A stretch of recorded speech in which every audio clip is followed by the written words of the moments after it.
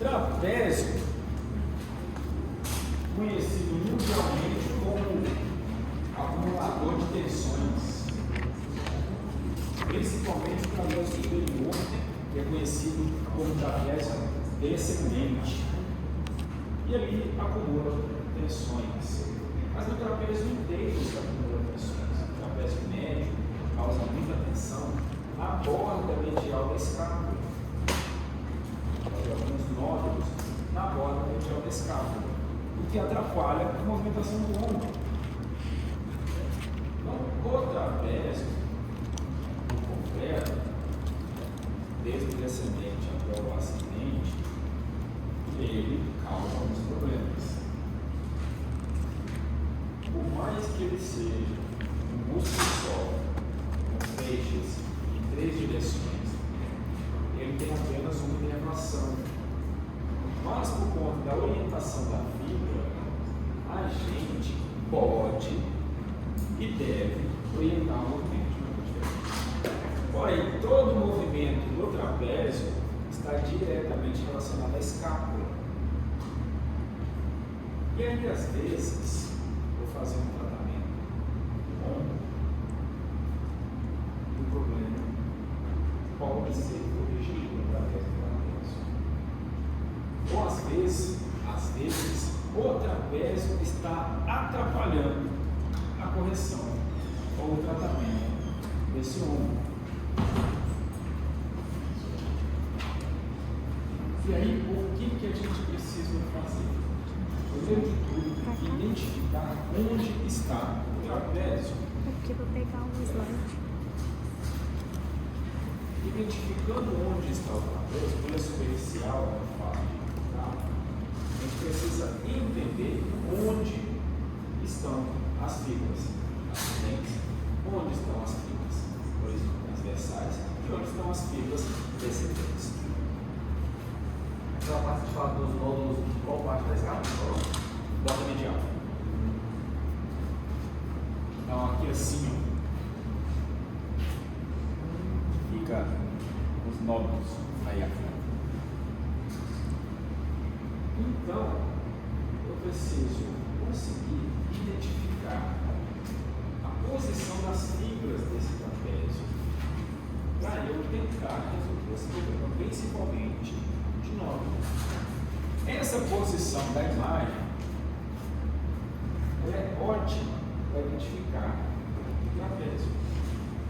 Aí aqui do lado a gente vai ver redondo maior e menor, então nós colocamos diferente nas costas, com o percentual de gordura mais baixo.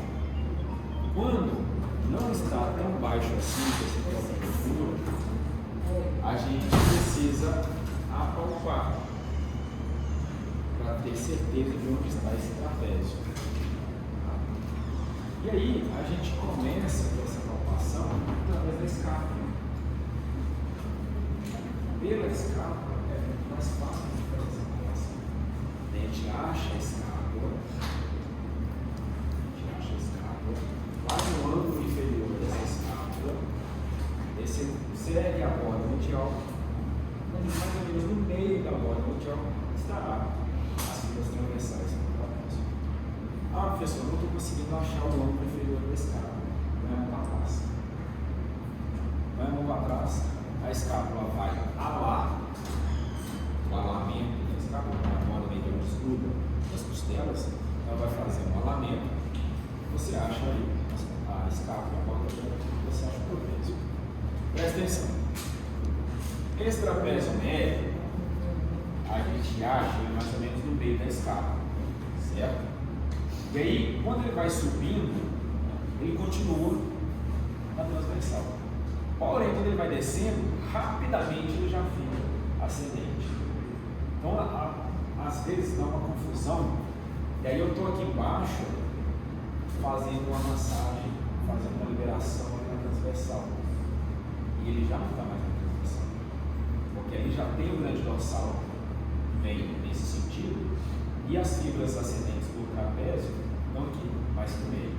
Então é muito fácil de perder o trapézio. Vem cá.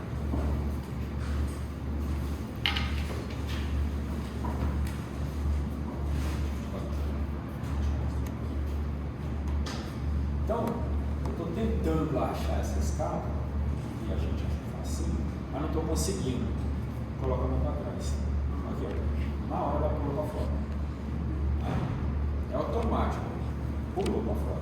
Aí eu tenho aqui, ó, o ângulo inferior, a borda medial, o ângulo superior, e aqui já vou vir para o acrônimo e para a beleza? Para a espinha, elas entram aqui para fora. E aqui, ó. Então, achei a borda medial. No meio dela, eu tenho certeza absoluta que quem está aqui é o trapézio médio. Entrei aqui no meio. Isso aqui tudo é o trapézio médio. Tá? Vou subindo, eu ainda tenho trapézio médio. Ó. Aí eu achei a espinha na escápula. Aí eu já tenho trapézio ascendente. Desculpa, descendente. Tá? Então, a partir da espinha da escápula, eu já tenho trapézio descendente. Então aqui os movimentos são nessa diagonal. Eles não são retos, tá? Não são totalmente verticais, eles estão aqui na diagonal. Aí aqui, totalmente horizontal. Aí eu estou descendo. A escápula começou a se afastar do meio. Veja que aqui está muito mais distante do que aqui, ó. Vou usar uma mão aqui, a outra mão aqui. Está mais distante. Aqui eu já tenho o trapézio ascendente. Esse trapézio ascendente, vocês estão me ouvindo? Sim, sim. Esse trapézio ascendente, ele está aqui, ó. Vocês estão vendo? Sim. Aí ele vai fazer isso aqui. Então tem esse movimento aqui de trapézio, porque aqui já é grande dorsal. Hoje é latíssimo doce, né? Chama grande dorsal. Latíssimo doce. Então aqui eu já tenho ele, ó. Então aqui é latíssimo doce. E aqui nesse meio eu tenho o trapézio. Quando a gente palpa, a gente consegue sentir essa ondulação desse trapézio. Né? Se eu põe a mão a primeira vez, pode ser que eu não sinta. E aí com a prática fica muito mais fácil. E aí qualquer pessoa a gente consegue achar. Tá? Então se eu preciso fazer uma liberação desse trapézio, aqui eu faço nesse sentido, e sempre de baixo para cima. Ele não é ascendente, é de baixo para cima. Então, o trapézio, eu venho aqui nas filas horizontais, de dentro para fora. De dentro para fora. Achei a espinha de cima para baixo. De cima para baixo. Se eu faço de baixo para cima, eu atrapalho a movimentação do trapézio, porque ele faz força para baixo. Na hora que ele encurta, ele não puxa a cabeça, na hora que ele encurta, ele puxa o ombro. Então tem que liberar de cima para baixo. Para qualquer outro músculo, esplênico, elevador da escala, mastóide, aí eu faço aquelas movimentações de cabeça que a gente fez na última aula e vai no sentido da fibra, sempre da cabeça para baixo. Então esses músculos que movimentam o pescoço, eles são movimentados de cima para baixo. Eles vão puxar o ombro para cima.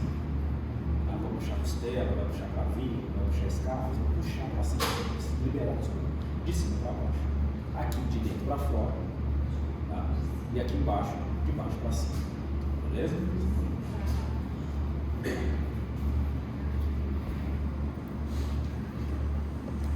O que mais que o trapézio é capaz de fazer para acabar a movimentação dessa escápula? Ele pode trazer uma escápula deprimida de um lado e elevada do outro. O alamento da escápula está relacionado com a serrátil anterior. Então eu posso ter uma depressão escapular ou uma elevação escapular.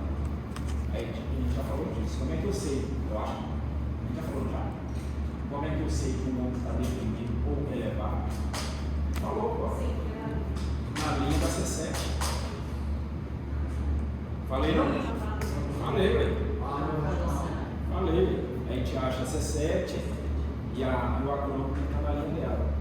Se não tiver na linha dela, estiver para cima, está elevado, se for para baixo, está deprimido. Quem causa essa elevação ou depressão também é o trapézio. Tá? Como que eu faço para resolver o problema do ombro deprimido? Faço uma elevação de ombro. Como? Com os braços em elevação. Então, põe o braço para cima e faço braço para cima. A elevação total eu não consigo? A elevação, a abdução completa, aqui, aí eu tenho um trabalho de bursas. Deve ficar pra lá, pra quem já viu. Aí eu tenho um trabalho de bursas. Então tá, tô com bursite.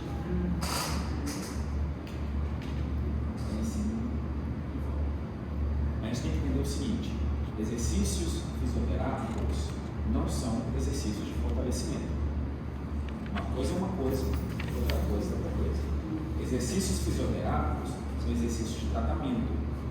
Tem uma dor localizada ali. Você vai fazer o exercício para aliviar essa dor. Acabou a dor? Sim, beleza, vai fazer fortalecimento. Aí você não deixa lá, vai para outro lado. Tá? Então, se eu estou com esse problema, eu estou trabalhando dentro da academia, eu quero fazer o fortalecimento, se eu faço isso aqui colocando peso, eu só retraço o mundo. Só piora. Tá? Então eu tenho que fazer muito devagar, peso leve, não sei o que, uma orientação de ombro, blá blá blá, e aí a altura de cada um para permitir. Então eu tenho preciso de uma avaliação e um cuidado para saber o tanto que esse braço vai rodar lateralmente ou medialmente para esse ombro subir. Porque o acrônimo de cada um é de um jeito. Não dá para falar que eu tenho que estar com o braço esticado assim, sempre o meu acrônimo me deixa. Tá? Então eu preciso levar esse braço para cima e fazer um encolhimento com os braços suspensos. Hoje eu estou em inglês, né? É chamado de encolhimento overhead. Tá vendo? Uma marmotagem. Às vezes são testes, né?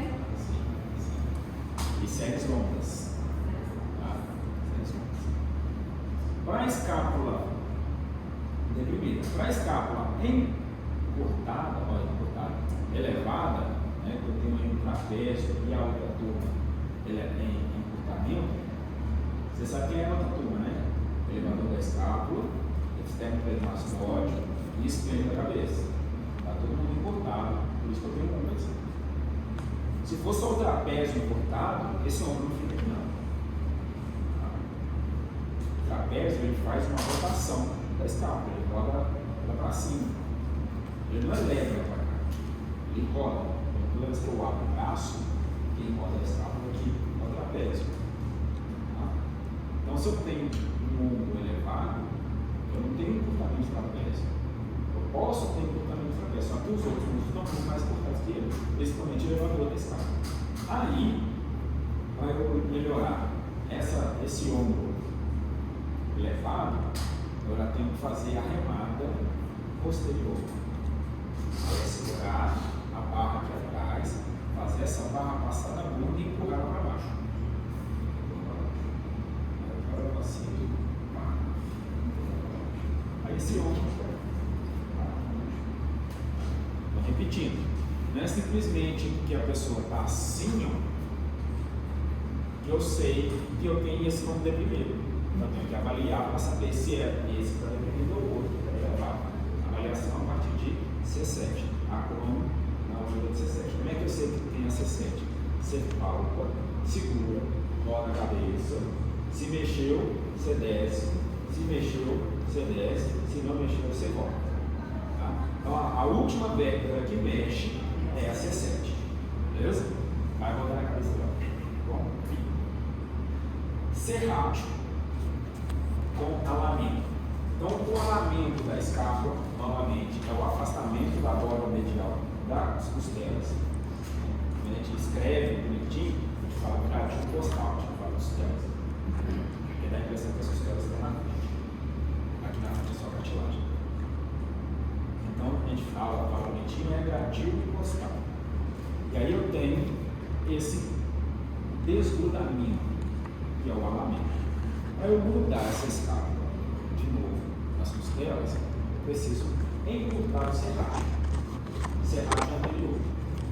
Serrátil anterior é esse músculo que fica superficial nas costelas.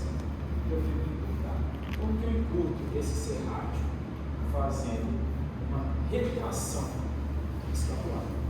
Encarecidamente aberta e encarecidamente fechada. Na encarecidamente fechada, eu faço isso.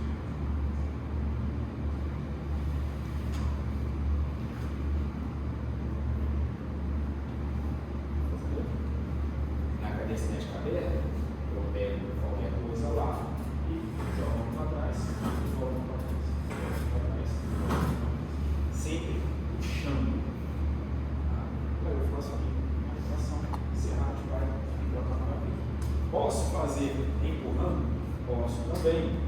Só que aí eu tenho que ver se o ombro foi. Já que eu tenho um alamento, eu posso ter uma falta de mobilidade desse ombro. As pessoas que têm a escápula alada raramente vai conseguir esticar o braço para cima da cabeça em 150 graus, ou acima de 150 graus. Fazer isso aqui. Escápula alada não deixa fazer isso aqui. Raramente vai fazer. Quando você encosta na parede e vai fazer, o braço por cima. E aí a gente vai lá e só faz isso todo dia, toda hora, na escápula. Tem gente que acha bonito, né? Antigamente, no feminino, aparecer o osso era belo. Mostrava aquela magreza, era belo. Aí tinha as famosas saboreteiras, né? A escápula alada, o ossão do barulho para fora. Tinha isso antigamente, graças a Deus passou. Vale. Passou não? Aí, aquele dia de alcinha. Só. É doido, né, Deus? Vai. Professor, então sempre, provavelmente, uma escápula alada ela vai vir para uma hipermobilidade. Uma hipomobilidade do ombro. Provavelmente a hipomobilidade está associada. Sim. Para o músculo estar trabalhando demais, alguém está trabalhando encurtado. Com No certeza. caso do serrátil, ele está associado com quem está trabalhando de menos ali, a musculatura. Ele está trabalhando demais, né? Ele está trabalhando demais, exatamente. Quem está trabalhando de menos ali? A região do grande dorsal, a região dos multi, Mais para baixo. dos hiper. Abaixo do trapézio. Os Mas romboides. Ah, Os romboides. Então, os romboides, e aí é no plural porque fica um abaixo do outro e aí os dois trabalham junto, tá? tem outra disfunção que mais profunda que isso causa geralmente, às vezes Pode levar ao tilt. Quando leva ao tilt anterior, e aí eu tenho uma disfunção do ritmo escapular. E aí com essa disfunção do ritmo escapular, o braço não abre onde deveria abrir, vai abrir aqui na diagonal. Sabe por que eu estou falando isso com o senhor e serve até para os colegas? A gente começa a observar algumas profissões. Tem algumas profissões que eu observo isso muito. Se eu estiver errado, o senhor me corrige, porque a gente está aprendendo, né? Complexo do ombro congelado, eu vejo muito isso em cozinheiras, porque calor e frio. Frigoríficos eu observo muito isso. Na minha profissão eu observo muito isso como manicure e nas minhas amigas cabeleireiras também. Muitas colegas que eu já avaliei, fui olhando, já fiz alguns testes também, mas está lá em casa, eu não vou lembrar de qual opção, eu observo isso. E aí quando você para para prestar atenção na profissão, Braço só, um estabiliza igual que eu a lá. gente chama de ler, né? Isso, um estabiliza e um trabalho demais. Ele fica ali pendurado, vai cortando, tchau. Aí ele congela. O elevador da escápula, bonitão aí, né? Tal. E aí a coisa toda. Bom, alguma pergunta aí? Quer alguma coisa? Pessoal, fiquem ligados nesse material para poder fazer a prova. Vocês aprenderam como é que funciona a prova toda esse tá? Esse, não vai usar outro. Tá? Esse. Tá? Então é o que vai estar lá. Tá bom? Não se perca em outras histórias por aí não. Quando a gente nasce, a gente não tem curva, né? A gente nasce, a gente não tem curva. E essa curva vai brotando a partir da maturação dessas vértebras. Tanto que é desaconselhável colocar o bebê com menos de 6 meses para sentar. Não tem. E aí o corpo vai dar. E aí, como não tem a formação, né? Não tem as curvaturas, não consegue sentar. Se força o neném para sentar, ele vai ficar, porque o corpo vai se adaptar. Só que ele vai ter problema para comer. A deglutição fica prejudicada.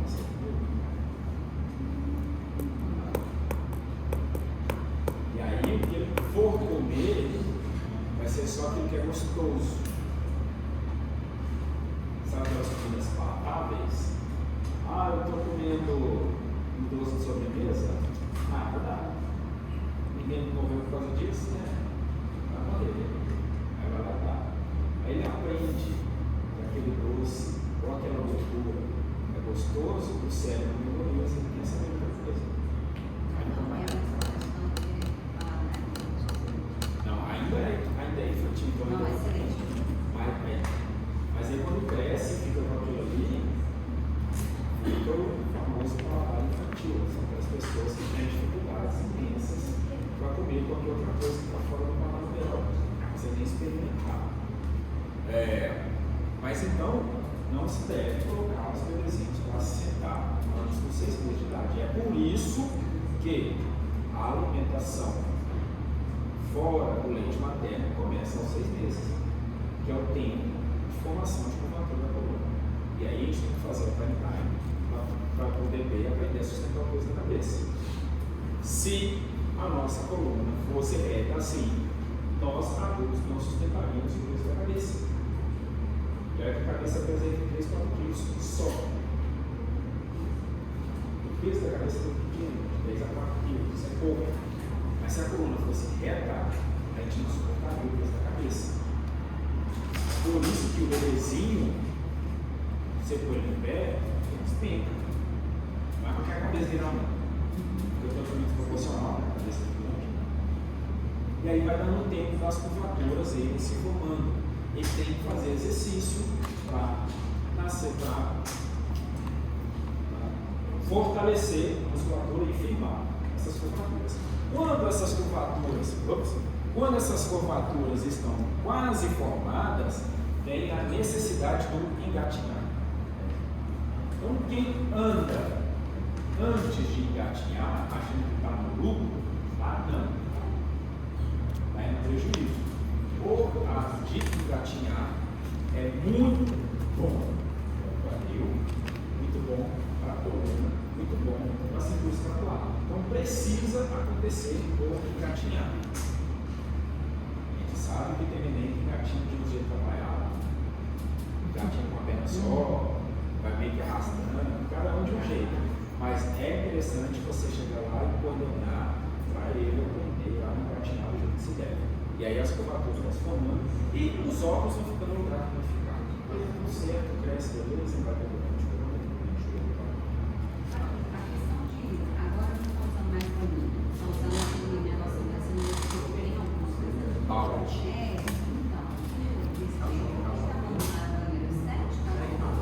Então, porque o balde lembra muito. Mas então, poxa, Assim como o ruído branco, essas coisas. Mas eu acredito que faz diferença. Eu acredito que faz diferença. mas ele com as perninhas meio assim, ó, igual o Eu acredito que faz diferença. E passa rápido. Bom, 4 meses já dá para segurar ali. ele já começa. E aí a gente aprende a usar a coluna da maneira mais errada possível, né? A gente usa um pedaço do joelho e um pedaço da coluna para poder pegar as coisas que param no chão. Então aqui está me mostrando para a mesma carga e a mesma distância a força de cada movimento sobrecarregando a coluna. Então a melhor maneira para que eu consiga retirar alguma coisa do chão é agachar embaixo dos carros e voltar com ela. E a gente faz o pior dos dois mundos, né? A gente usa o pior do joelho e o pior da coluna.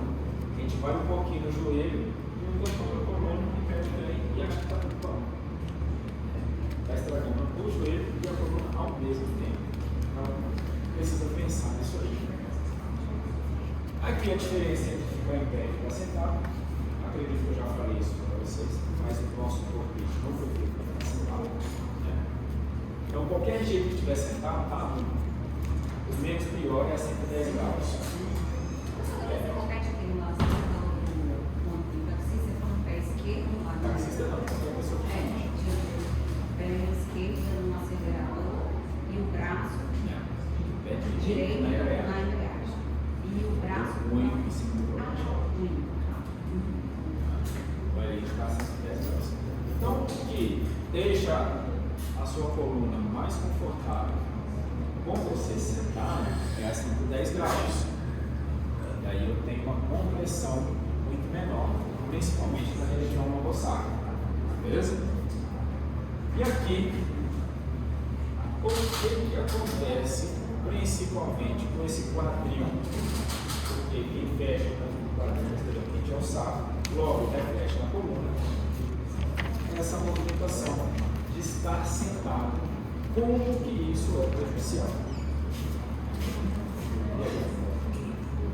O hábito de ficar muito tempo sentado, as pessoas de telemarketing e por aí vai, que precisam trabalhar sentado, pode trazer essa pessoa para a postura Suebeck.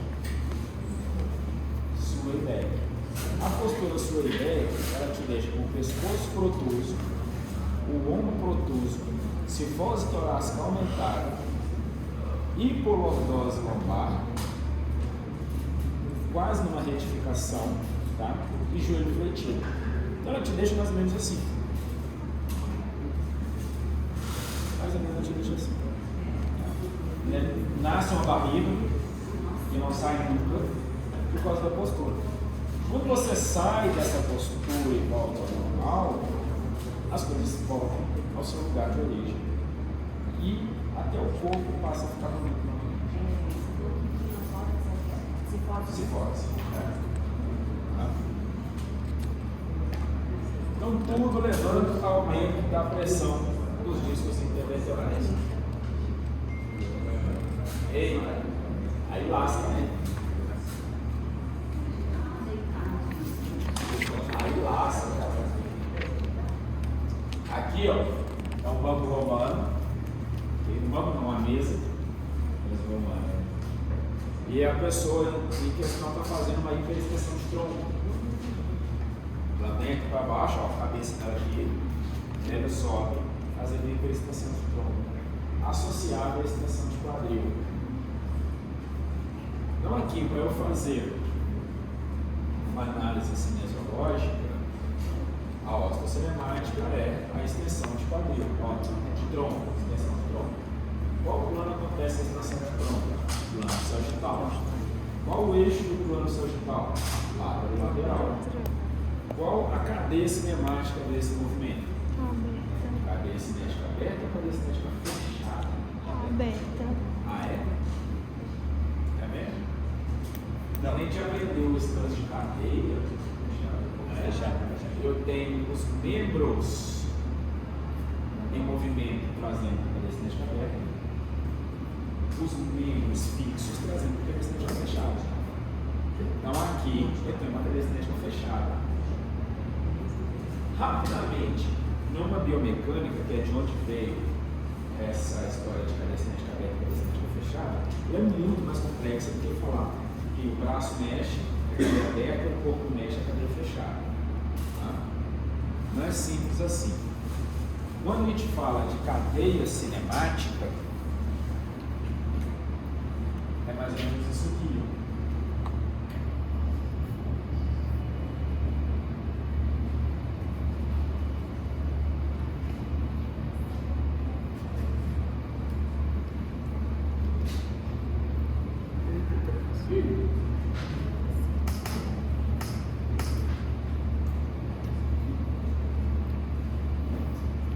É mais ou menos isso aqui.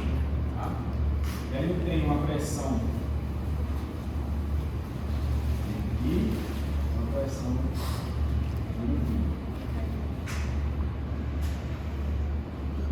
Aí imagina isso aqui em movimento. Fechando, subir, fechando. Eu não tenho dissipação de energia. Ela está toda concentrada aqui. Aqui eu tenho uma cadeia cinética fechada. Aqui eu tenho uma cadeia cinética fechada. Numa cadeia cinética aberta,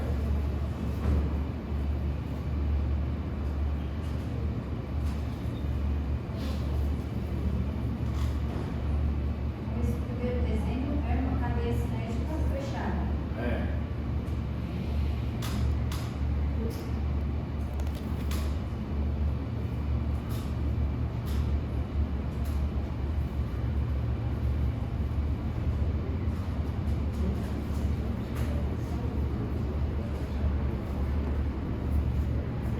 Imaginem eu apertando isso aqui, e na hora que eu solto, ele entra numa espiral, ele roda.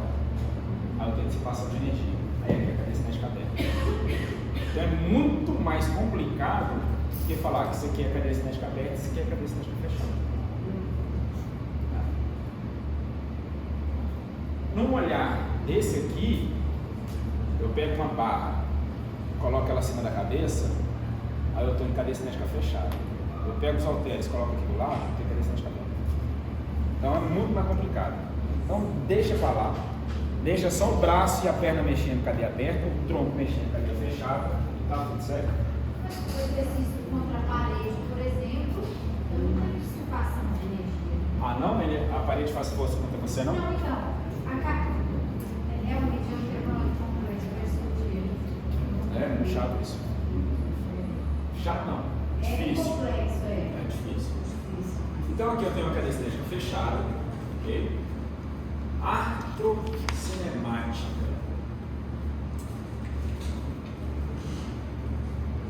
L5 S1. Tem um deslizamento de L5 em S1. Aí eu consigo trazer o tronco para cima. O quadril está preso aqui. A região lombar está trazendo aqui para cima, então eu tenho um deslizamento de L5 em S1. Alavanca, eu tenho os músculos que vão me puxar para cima, eretor da espinha, espinal e longíssimo do dorso, que são os paravertebrais. E eles vão fazer essa hiperextensão. Eles estão fixados bem embaixo do cóccix. Então tem eles fixados aqui no cóccix. E aí esses músculos eles são divididos por região. Por mais que ele esteja do occipital até o cóccix, eles são divididos por região. Então quando eu estou trabalhando só a região lombar, eu estou fazendo uma curvatura para trás, estou puxando a cabeça, estou olhando nada disso, eu posso trazer ele até L1. Então tem o eixo L1S5, o músculo puxando de L1 para baixo, então uma alavanca de terceira classe para puxar esse tronco para cima e fazer essa hiperextensão. Beleza? Parece muito difícil e tal, mas o problema da cinésio é enxergar. O problema da cinésio é enxergar. Se eu consigo enxergar o movimento, eu consigo descrever, analisar e resolver o problema. Não é isso que a gente precisa fazer. Jamais, né? Para fazer isso. Presta atenção. Então, referente ao tronco, referente à coluna, preciso observar o que está acontecendo em um todo. Às vezes, o quadril deprimido me joga do outro lado. Eu não posso analisar só esse quadril deprimido. Ele é conjunto. Então, para eu aprender a avaliar, para trazer um diagnóstico e saber o que é, antes de um laudo médico, às vezes não tem esse laudo médico, às vezes estou numa clínica acima das contas e chega lá o paciente queixando de uma dor em tal lugar e ali eu consigo resolver o problema, sem uma imagem. Às vezes a gente pede a imagem para ter certeza, tá? Mas o que eu preciso entender é avaliar o paciente como um todo. Não posso pegar um pedaço. Não posso pegar um pedaço. Vocês receberam os livros que eu mandei? Sim. O que vocês acharam? Obrigado de nada. Ali é de prima, ali é de prima, ali é fino. Tá? Estuda aquilo ali. Estuda aquilo ali. Mostrando postura, estuda a postura. Você entender que desvio padrão pode causar lesão. Tá? Desvio padrão pode causar lesão. E como é que eu sei que a pessoa está fora do padrão? Se eu não sei qual é o padrão, eu preciso realmente colocar um gráfico nela aqui todo, quadriculado, para saber se ela está encaixada ou se ela não está. Pô, bateu o olho e falou assim: eita, quadril rodado. Eita, quadril deprimido. Eita, genoval. Eu preciso aprender a enxergar. Então, a cinesiologia é exatamente isso, é estudo do movimento. Só que eu tenho que enxergar esse movimento. Okay? Então, eu preciso aprender a fazer, é enxergar esse movimento. O que eu quero que vocês façam agora?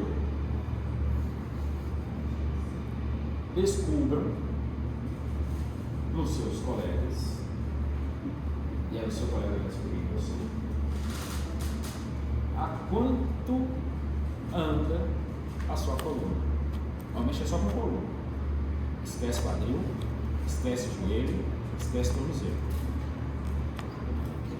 Nós vamos estudar a coluna do colega aqui agora. Primeiro, saber tanto que essa coluna tem de mobilidade, tanto que ela flexiona e o tanto que ela hiperestende, o tanto que ela rotaciona e o tanto que ela flexiona lateralmente. Óbvio, os dois lados. Depois, nós vamos avaliar a escoliose. Beleza? Então, forme aí suas duplas, seus